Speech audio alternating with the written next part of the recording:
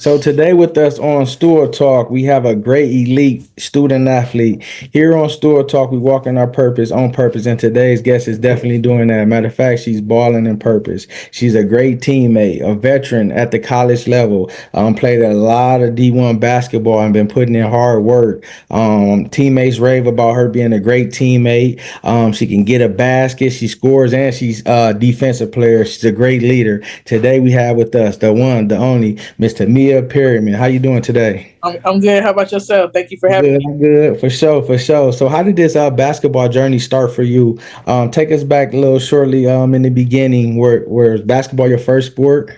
Actually, it wasn't. It was soccer. Both Oh, my, I'm sorry, it was track. Then it was soccer. Both my parents ran track at Purdue, so that was the very first sport I ran. My mom, while she was at Purdue, that's where they both went. So they went to Purdue. I was born on campus and everything. So I was just like a Purdue baby. Yeah, I was on one of the little nursing books because my mom was a nursing major. So I'm just Purdue'd out. But track was the very first sport, and that's the one they thought I was going to excel in the most. But I was actually really much better at basketball. But I probably started playing basketball. I was about like 5 years old, and it was just like playing horse with my dad, or just playing like pig and just like knockout stuff like that. It was just to keep me in sports, but like they noticed that like I was good at it or like competitive enough to be in it, so they kept me in it, and then I just kind of stuck with basketball and track mainly. So yeah, yeah. And I seen that about both your parents going to Purdue. Did yeah. you have dreams or aspirations of going to Purdue as you were younger? Or you kind of wanted to go in your own way. Actually, I did low key. Like, I didn't like big schools, but I was like, Purdue would be the only big school I would allow myself to go to, just because I've been there so many times. And when we lived in Lafayette, when I did elementary school, I was always up there on campus and stuff like that. So I felt like it wasn't too big of a campus because I've just been there so many times. Yeah, when did you see your game start to excel and you started to take off among your peers and even get good at basketball? I probably would say like my eighth grade year, because I did middle school in Florida. So them Floridians, they just a different breed down there. So I would just say like just being able to compete with them. Like there was a lot of eighth graders that was like doing all these combo moves and all this and that third. I'm just a straight line kid. Like I'm a right hand only, do layups only. I thought I had a jumper. It was very broke. But I would just say like my defense, like the way I was about defense, like I was just a pest. So like, and I was able to stick up and stay up with them. Like I'm turning people left and right, zigzagging them and stuff like that. And I'm just going against people who just like to cross people up, and I'm just staying in front. Like I didn't care if I got crossed up. So I would just say like eighth grade years when I noticed like I had something in me that I could like work with and just continue to work and build on my game. Yeah, what do you love about basketball? The competitiveness of it. I feel like everyone could be competitive in their own way. Like, you got like the people who are loud and verbal, then you got the people who are like silent killers, like they let their game do the talking, and then you got like the people who just do like the nitty gritty, like the hustle plays, diving on the floor. I just love like just showing your heart and passion for it. I just love that. Yeah, what was your recruiting process like? When did the school start to come, and when did you have to make that big decision on which one you went to? For coming to Bradley or just like No, before because you went to what is it, Marion? yeah, Marion. Yeah, okay, Yeah. yeah. So for Marion, I actually didn't really get recruited as much. So I kind of was late on the AAU process. So I was like splitting summers with my parents. So I was still not like visibly seen, and I didn't get like too much exposure in high school. So it wasn't until like out of nowhere. Coach Gerald, who's currently at Purdue, she just hit me up out of nowhere and was just like, "Hey, I would love to have you on campus one day." And I'm just like, I don't know who this is. Like, she didn't say her name. She didn't know like say what school. So I'm just like, I didn't answer the text. And then she texted me again about a week later, and it was like, "Oh, hey, my bad. This is Coach G from Marion University." Da da da da. So when we did that, I went and did a visit, and I fell in love with it right on spot. It was just like it felt like home. It was literally only 30 minutes away from me, because I lived where my dad stayed. He lived in a city called Fishers, but it's 30 minutes from Indianapolis. So it was about like just home. It was a very small campus, and the program with them being NAIA, it still felt like a D1 level program. Like the weight room looked like it was D1, and just like some of the resources that we had at the time, like it just felt like you was just at D1, even though I'm at the lowest level. Yeah. What could you say words of encouragement for the youth who may be going, like not having those schools, to keep up hope, and even for those that, might have to go to a lower tier school? What would you say? To never give up on the process, trust the process. You never know what's going to happen. You never know what connections you may have, because how I got to Bradley was through my old coach. Like I mentioned, Coach G. She reached out to Coach Pop for me, and it was just out of nowhere. So it was just great. Like just building relationships with certain people. You just never know who might help you in the end, just Yeah. because of how you are as a person. Like always be kind. Always help others and stuff like that. But then again, just like never doubt yourself. Always know that like you could be a baller. Always know what you can bring to the table, and just excel in what you bring to the table. Yeah, and looking at your time at Bradley, what has been your biggest basketball lesson? What has, the transition with you switching, what has it taught Mhm. Even though I'm a veteran, I'm still a rookie. Just because different divisions, it's just a little bit of an adjustment. Just like faster pace, a little bit physicality. Like I'm already like a strong person, but just all around, like from guard to post, like pretty much everybody could be stocky. So I just had to learn like it's still the same game, just a different level. And so I just had to like give myself grace on the adjustment. you? Yeah, and as a senior, how do you see your leadership on the floor? Do you lead with your play? Do you lead vocally or both? It's a little bit of both, because sometimes I'm guilty of like when things are going a little wrong, I go inner, I just go inside. And I've been working on it though. So I've been trying to like be more vocal, like more encouraging and stuff like that. And like encourage my teammates, because like at the end of the game, it's a team sport. So we need everyone to do their part to be like the best team at the game at the moment. Yeah, and what's the difference that you see that you can tell the youth about, your first transition and to first going into college into now? And what would you tell your younger self as that freshman? Everything paid off. Everything paid off. Yeah. How do you prepare mentally and physically for a game? Like, are you getting hyped? Is you listening to music? If so, what's the vibes? Is you hitting the weight room? Is you working out? Like, how that work? I love to sleep, so I will take a nap, like a quick, like little 30-minute nap, because I don't know what it was. I heard something about like a study, like if you want to take a nap, like take between like a 30 to 45 minute nap. So like when you wake up, you're not like too tired, but you feel rested. So I probably would try to like just take a nap just to like let my brain like rest, because I'll be going over scout all the time and just making sure like I'm on my P's and Q's. So I would just take a nap, then I wake up. But I'm a real old school person, so I'll turn on some Usher and I'll be singing "You Remind Me" during shoot around. Like I'm just real old school, so like it just depends. Like but I tend to more mainly do like old school music. Like I'm old school music. It don't even matter if it's Mary J. Blige old school. I'm in there bumping. Yeah, and that's funny you said that because I just seen the All-Star game. Steph Curry had just woke up from his nap before Uh-huh. they were about to play too. So that's Yep. funny that you say that. What part of your game do you take most pride in? When I got Tamia on my team, what are you bringing to the table? Physicality. I'm not, even though I'm like short, I'm like 5'8". Even though I'm short, I'm like a bully. Like I'm not gonna let you bully me, but I'm gonna bring it to you. Like I'm gonna be a bully. Yeah, what part of your game do you feel like you need to work on? My handles, like just be more crisp with it. Like I have one, I just gotta be more confident. Yeah. What's something about college basketball that people don't see or understand?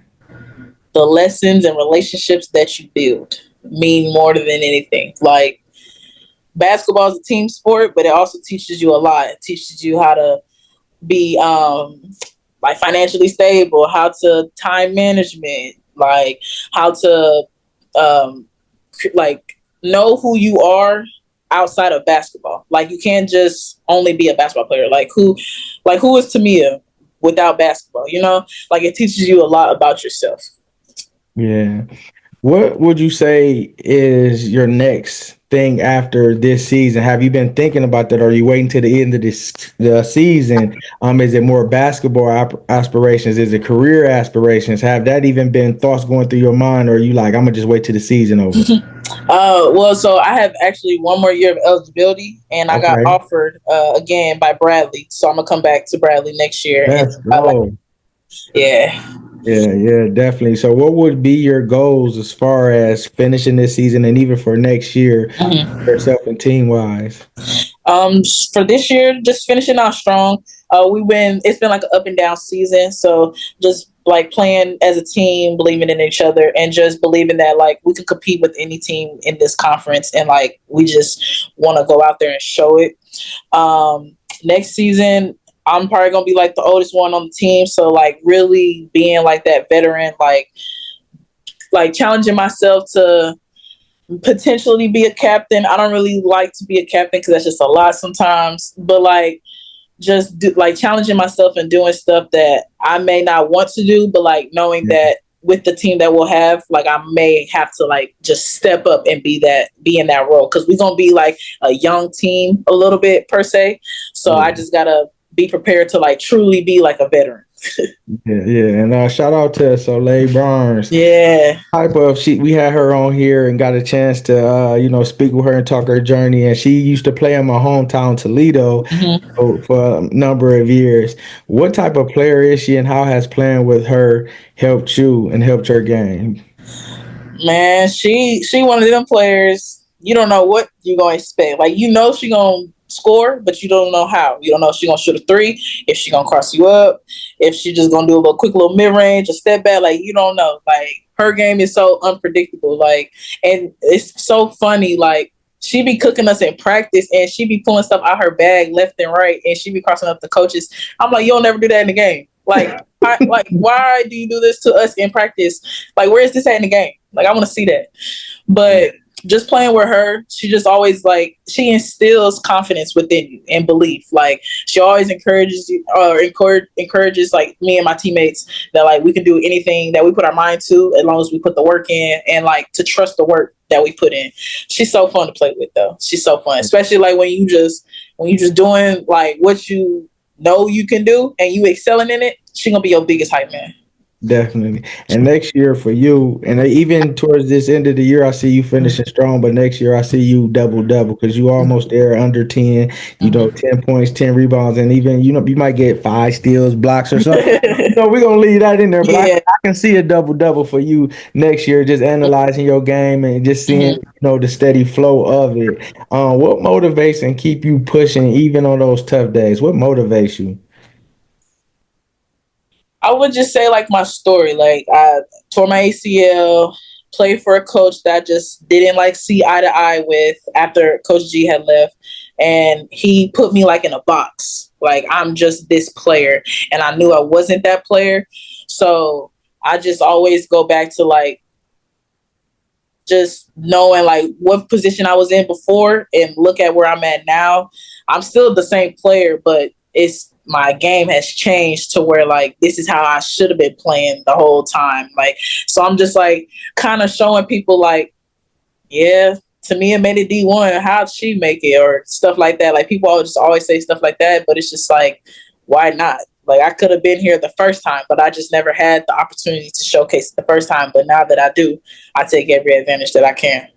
Yeah, and for the youth that might get stuck in that same box situation, Mhm. what would you tell them to give them and to know them hope? Because that's why we do these interviews to see the Right. journey, to allow people to see that, some stops is just, stops, destinations, but that ain't where you going. Right. So it's Right. just a stop until you get to that final point. Now you're on a bigger stage with more opportunity, even Mhm. another year to be able to be great. So what would you tell them that may be going through that? Don't get discouraged. Even though you're in a box, never get discouraged. Always know what you bring to the table. Always believe in yourself. And just always constantly talk to yourself. It's fine to talk to yourself and encourage yourself because if you can't give yourself confidence, then nobody else can give you confidence. Because if you don't believe it, then you're not going to succeed until you believe it yourself. And then always do extra work. So you may be in this box, but then you in another box doing stuff that you know you can do. So then whenever you get your moment to go out and showcase the other box, man, they ain't gonna be like, whoa, where's this coming from? And the whole time you're gonna be like, I been had it. Yeah. If your basketball career had a theme song, what would it be? Ooh, that is a great question. Um, ooh, that is a great question. If my basketball, ooh, ooh, that's tricky. That's tricky. That's tricky. I probably would say, for some reason, Beyonce "Irreplaceable" keep coming to my head, but that song meant something so different. So I'm just gonna say the term, the word "irreplaceable." I'll just say Gotcha. that. What is three words that describe your basketball style? Aggressive, sneaky. I would say consistent. I Yeah. would say consistent. What's your most memorable game or memorable moment this year? This year, I believe it was. Uh, oh, not North Carolina. I meant Northern Kentucky. Something. I think we were down our starting post, Amy. I think she was down with injury, and the game was just like it wasn't lacking energy, but like it was just missing that little oomph.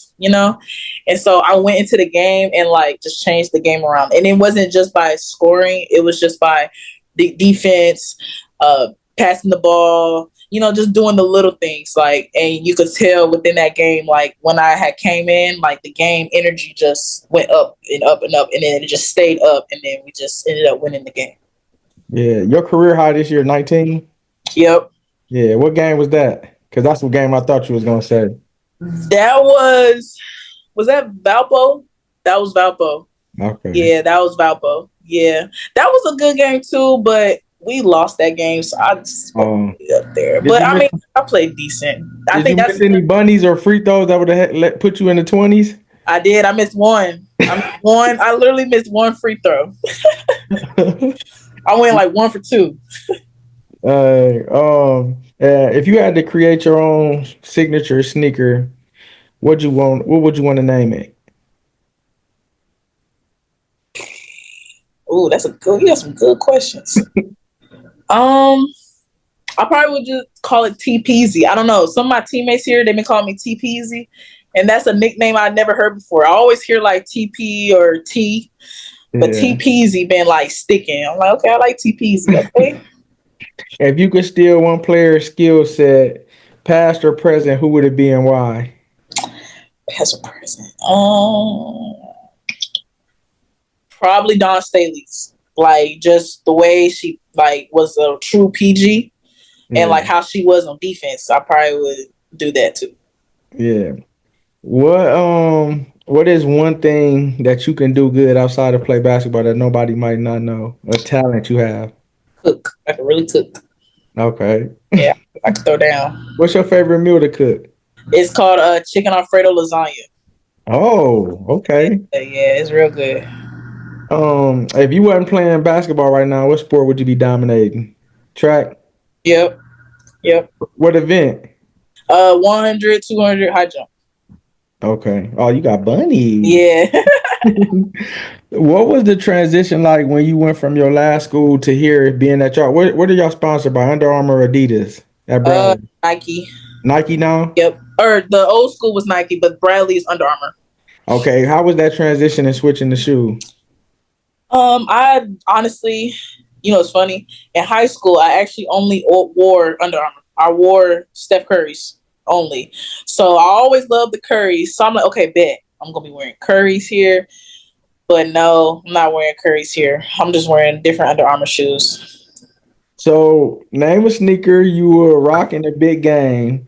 Nike, Kobe's, Jordan 1s, Retros, Adidas Dames, or Under Armour Curry's. Ooh, wait, who was the Nike one you said?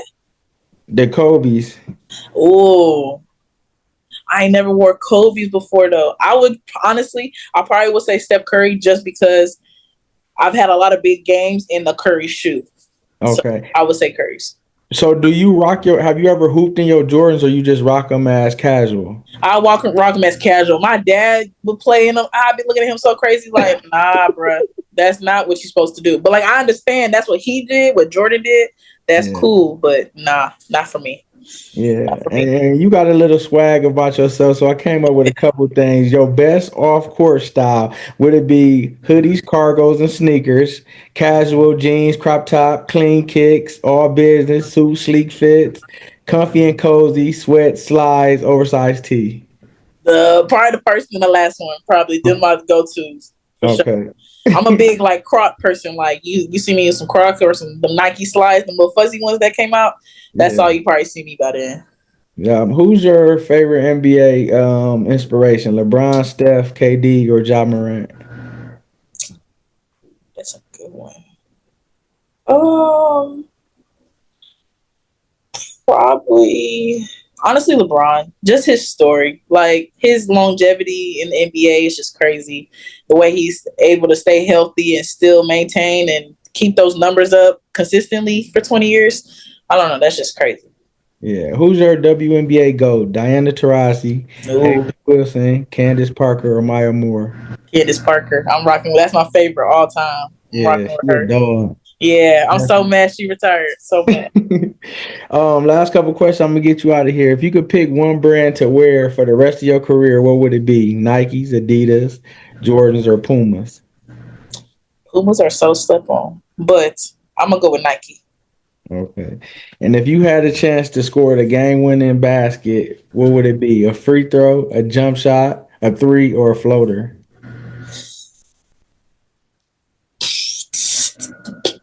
Probably a three. A three. Probably a three. Yeah, because Yeah, those are like the most anticipated like shots. Like everybody hand going up before you even got the ball. Like as soon as the ball in the air coming to you, the hand already up. So I feel like the three.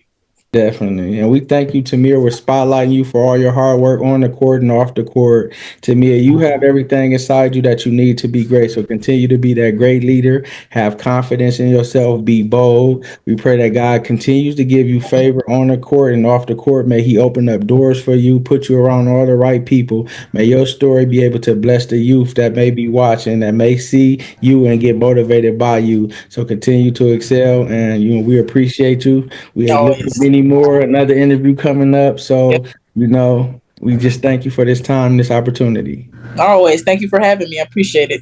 Yeah, ladies and gentlemen, the elite, Tamia Perryman.